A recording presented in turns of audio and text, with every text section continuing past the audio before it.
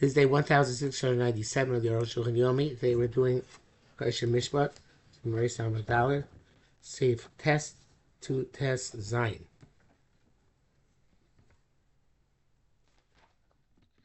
Test Mashi is bar, not what you learned. Lamana we learned Beruven Shitach Lasos Tov and Shimon. If Reuven went to an effort to a benefit for Shimon, Rami will have said on 8 days and he had a loss to this. Subad Tov of Shimon, Bitzad Acher, and ultimately the benefit came to Shimon from another side, not from your efforts. If Reuben did it as a known initiative without Shimon's request, until Shimon Shimon doesn't have to do a thing. Shimon did it based on Shimon's request, so you have to pay him for. He has to pay Reuben for his efforts.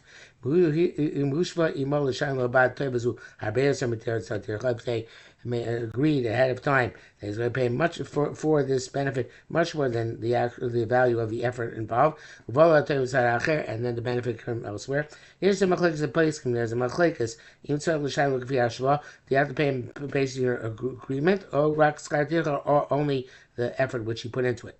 Those who we already wrote that there are those who say that it's only, you only have to pay based on the schar tircha. Nearly just like the Rishona. But from the Ramah, it seems that he holds that first of all, you have to pay the full stipulation. Can be the custom Sibdal Alois Naimo, since in Sibdal wrote concerning case where they didn't stipulate. That if the donkey came up on its own, but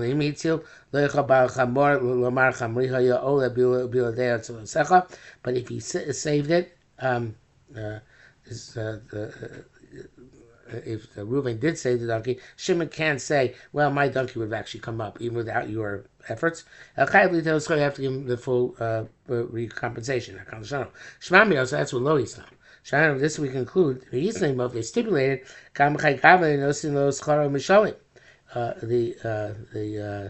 even the case where it came up on its own, they have to pay the full value of whatever you stipulated. A couple of minutes, we'll see more evidence of this. So if you sold Reuven saved Shimon's donkey without not based on Shimon's request, the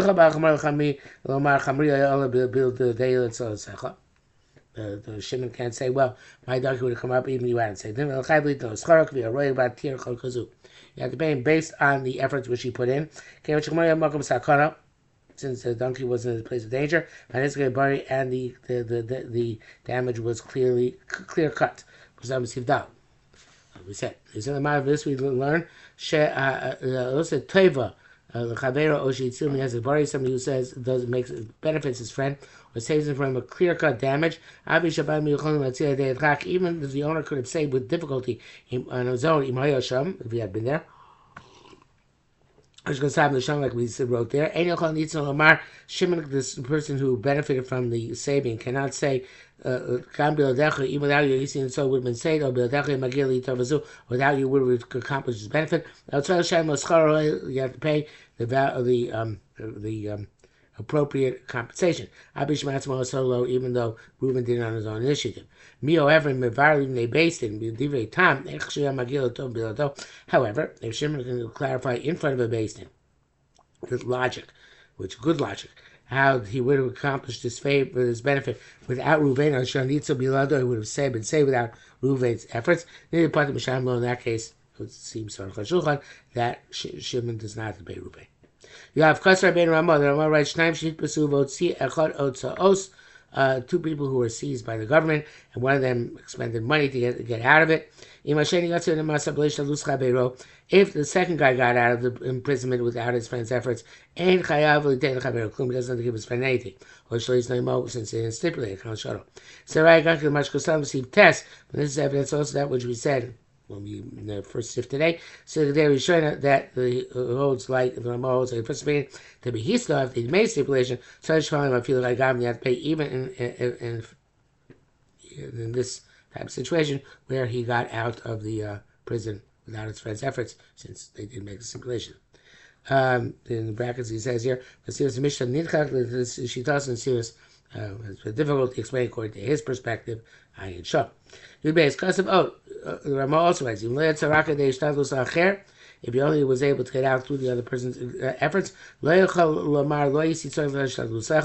couldn't have said, can't say, I didn't need your efforts, because I have a strong hand. In other words, I have pull. Abi Shemes, well, I don't know, pull could be means he's could have been violent. I don't know. I think it means, the proper connections. Abi Shemes, he told, even though he's right, he does have connections. If he rules Basin, nobody says, give him what he benefited according to Basin's assessment. Can you really, it seems, end quote from the Ramah. With Somar, it means to say, Shasumu, the Basin has to reckon, no, he says actually it's actual violence. That's what he says. He says a person has to assess, after the person says, how much a person would like to spend in order that he shouldn't have to get violent. It's in the series. Because he also writes, if the Basin perceives that Reuven did not have increased expenses in getting out of jail because of Shimon, even for himself, Reuven himself, he would need all these expenses. Shimon doesn't have to give him anything. Shimon is benefiting, but Reuben is not missing anything as a result. And the mechanism, that this one benefits, while this one is losing, is missing, doesn't apply. That's an quote for the Ramah. Even if the Shimon could not have been saved without these expenditures, since Reuven, to save them, did not go down to make these expenditures for both of them, but only for his salvation. Shimon is exempt on this account. So the inference is, if Reuven did indeed go down on both of their accounts, he has to give him half. Since he could have been saved without these efforts, without this expenditure. Because of both, and Ramah writes also, therefore there's so many rules. Somebody saved his own friends and the friends of his friend. So his own friends. His own Sfarim and the Sfarim of his friends. Sfarim of his friend. Even have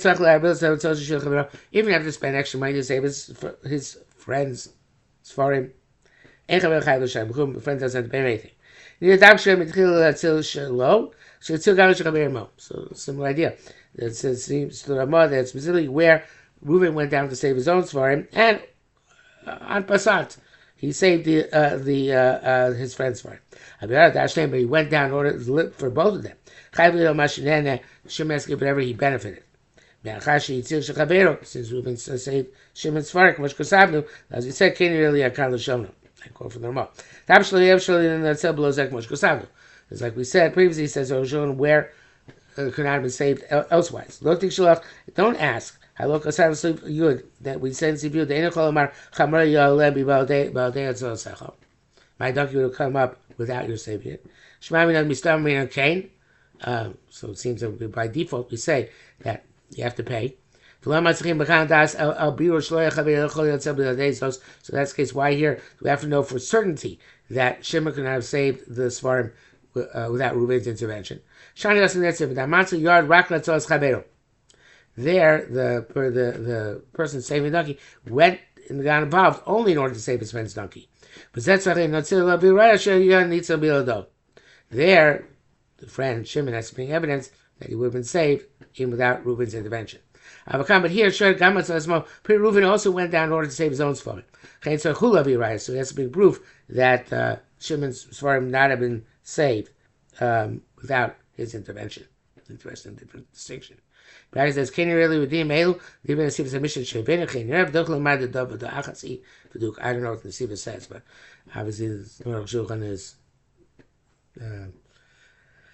drawing distinction between whatever the Nesiva says and whatever he says. If one person is seized by the government, somebody else comes and redeems him with money, so you have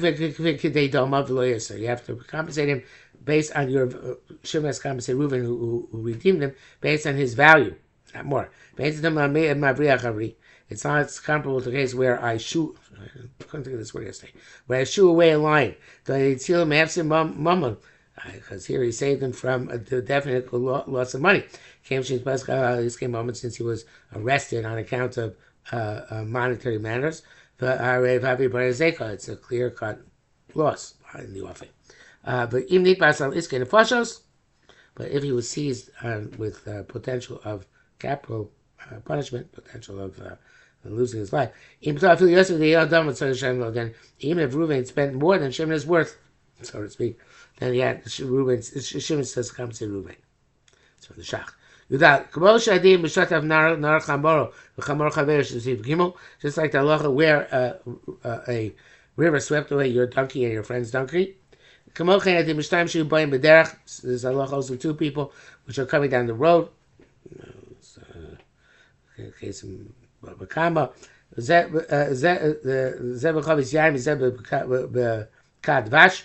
One's coming with a barrel of wine, is coming with a jug of honey. Which is worth more than the wine. These are the and the jug of honey cracked. And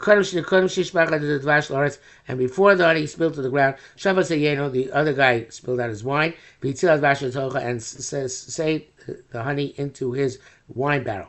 He only gets the compensation which is appropriate for him. Even though he did a deliberate deed to cause the loss of his own wine. Nevertheless, since the owner of the honey was there, and the owner of the wine did not stipulate with the owner of the honey that he should pay him for his wine, he would have to understand he caused his own loss. If the owner of the wine said, I'll save your honey, you give me the value of my wine, Oshina came to the he stipulated this one of three people, then Shimon, the owner of the honey, has to pay Reuven, the owner of the wine, the value of his wine. But in this case, the owner of the honey can compel the owner of the wine to spill out his wine, and Yotzil Dibshon save his honey, because he's paying him for the value of his wine. And the honey is going to be in the hands of the owner of the wine. So he has collateral. He won't have to demand payment. He has no loss. In that case, he's required to fulfill the mitzvah of Hashavas Aveda for his friend. Here's what Kim is there. Those who argue. You can say, I want my wine. It's really back in Ziv Gimel, you can say, no, I want my own donkey. But there also you could say that it's more difficult for me to save your donkey than my donkey. Maybe I won't save your donkey, but I'm going to go lose my own in the process. I feel there is trying to nearly the end of so therefore, even the first opinion, you can't compel, which says that you can't say it's going to be Yain Shali. By the case of donkeys, you can say, yeah, but I can't necessarily sell yours, and therefore I want to try and save mine. So even that but this is true when the owner of the wine is not here. The owner of the honey can spill out the wine, let's do show and save his honey. Pay for the value of the wine. So going to first opinion, you can compel him to do this. With takanos chayim okay, that you can compel the owner of the more expensive commodity, can compel the owner of the less expensive commodity if he's not here. So word compel is probably not the appropriate word. Can take advantage of the owner of the owner of the less expensive commodity and save his honey as long as he's willing to pay the wine. That's not theft. I'm taking your wine, so I'm allowed to do it. But the second opinion argues says you can't do it unless he's here, unless he agrees. But that's only actually no, sorry. It's talking about where he's not, he's there. You can even compel him when he was there. But if he's not here, everybody agrees you can do it. Wow. This is whether if he's here, I can compel him to do it. But if he's not here, I can for sure take advantage. It's an amazing statement. And you can take your friend's horse and donkey, and pay for it. To save your own stuff. So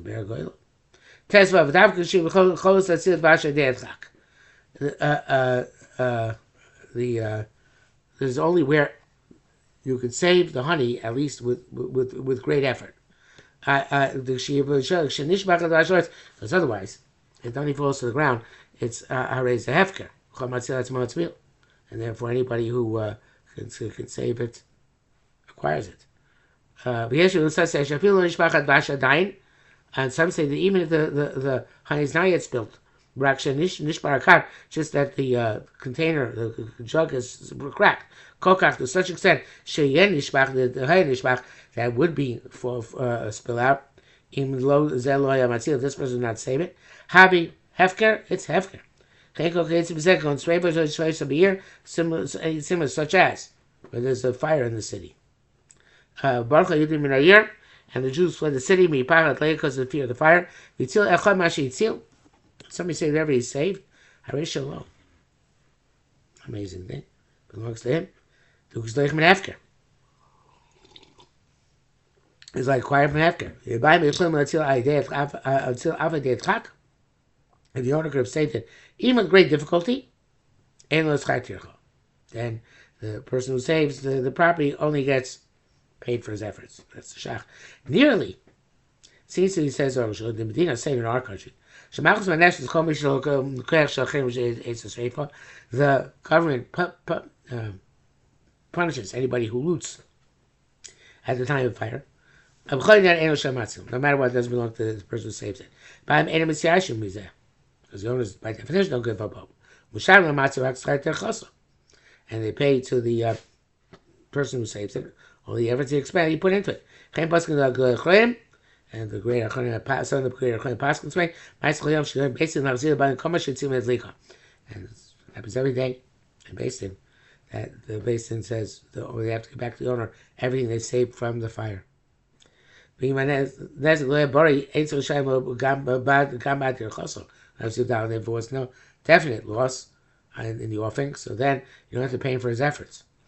This is very apropos. This today because of the major wildfires which we had this week in 2025, this past week in California, and also in Jewish neighborhoods. That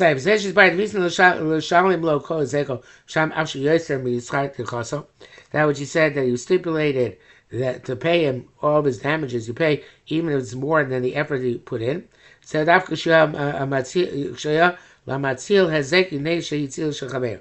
only when the person who saved the objects had his own loss on account of his saving his friend's stuff. But a place where there's no damage to the person who does the saving, but he's cruel. Doesn't save anybody else's stuff unless he's promised a lot of money. The shipment, the owner does not have to pay more than the value of the effort which you put in. Because any promise he made, he was compelled to make. It's like mandatory. And his dire straits is being compelled to do so is revealed to everybody. So therefore, again, time of fire, may God save us. When the wagon drivers ask for lots of money in order they should participate in saving stuff, the owner can promise them, and only give them what's appropriate afterwards. No price gouging. I believe I'm not sure this would fly in Dina Machusa, but if you stipulated to agree to price gouging, you can say afterwards I had to do it, I was compelled to do it, and not pay according to that inflated price. And that's it for today. Fascinating stuff.